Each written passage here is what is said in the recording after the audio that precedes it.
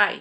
So I know it's been a while, and I know it's been a while since I've done a video like this about something haunted. I hope you're as excited about it as I am, because I'm kind of really excited. I haven't done this in a while, and I've missed it.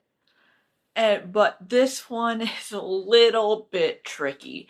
So if you saw my post about, oh yeah, I'll do it in about a week, and that was like maybe 3 weeks ago, there's a reason for that.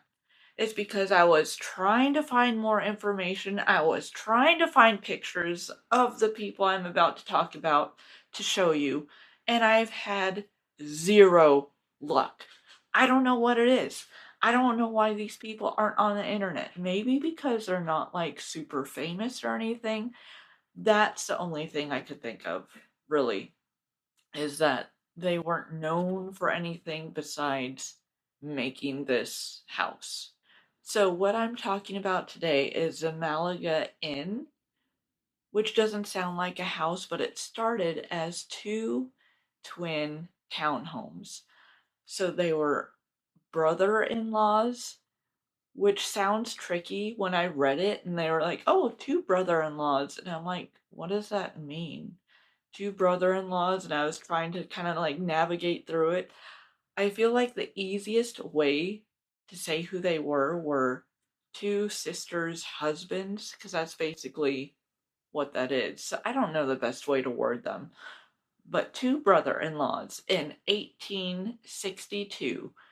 Let me find you their names. I at least have that saved on my phone. And one of them I can't really pronounce. So we are going to pronounce it together. But one of them is Isaac Goldsmith, which is pretty easy, and William Frohlichstein, I think. It's spelt Frohlichstein. Let me look it up. You see how to pronounce this. Okay, I think I found the audio. Here it is.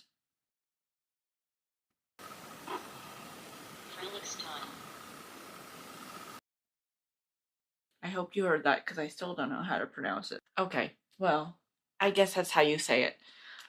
So they built two twin townhomes for their wives. Their names I couldn't find either. This is like some weird, mysterious place. And oh, I didn't even say where it was yet. It's in Mobile, Alabama. So there you go. And I'll probably put it in the title too. But that's where it's located. So back in 1862, when the Civil War was going on, and they were both in pretty good shape financially, that's when they built these.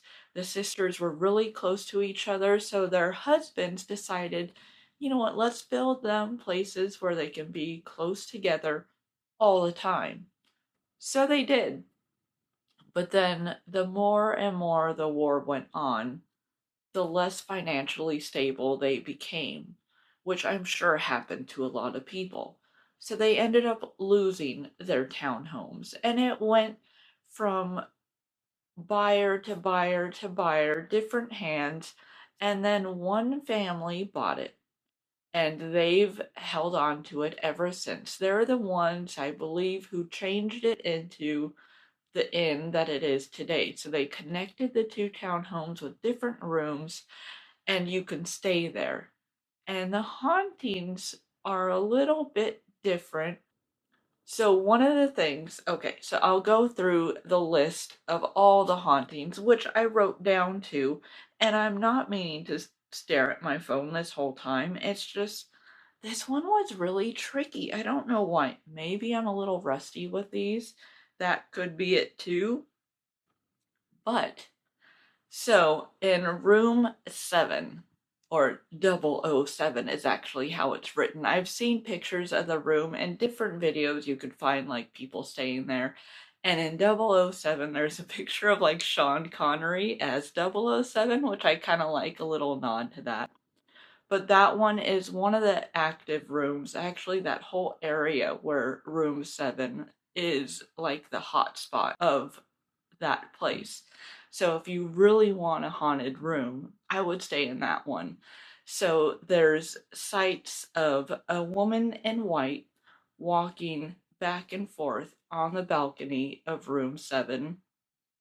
And there's other things going on throughout. There's also activity around room 7, doors opening and closing, elevators acting up, weird noises, unexplained noises, chandelier is swinging back and forth for no reason.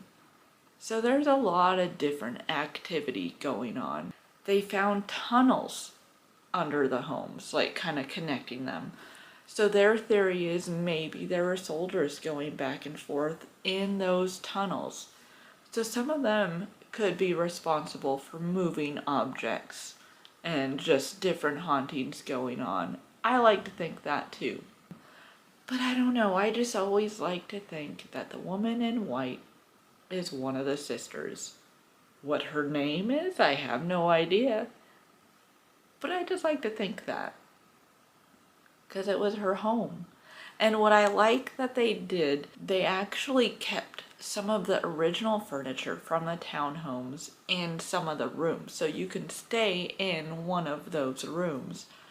I'm sure there's a waiting list for them. Anyone who knows about that, there's some kind of waiting list. And I kind of like that. I like that they kind of kept the original furnishing for selected rooms. And I'm sure if they're anything like me, they would probably want to stay in one of those rooms. But I like that they do that. It's a nice little touch. And that's also why it makes me wonder if the woman in white is one of those sisters, because her stuff is there. You know how like every ghost movie, every kind of haunting movie, they're connected to some kind of object? Makes me wonder. So that's all that I found out about Malaga Inn. And I'm not quite sure what the next one is gonna be yet, but I hope you enjoyed hearing about a haunted place, even though it was done a little bit differently, because I still enjoyed doing this one. Even though it was frustrating at times not finding what I wanted to show you guys, it was still fun. So I might still do one in December, just in the mix of different Christmas videos I have planned for you guys. But I hope you enjoyed it, and I hope you have a happy Thanksgiving, and I'll see you next time. Bye!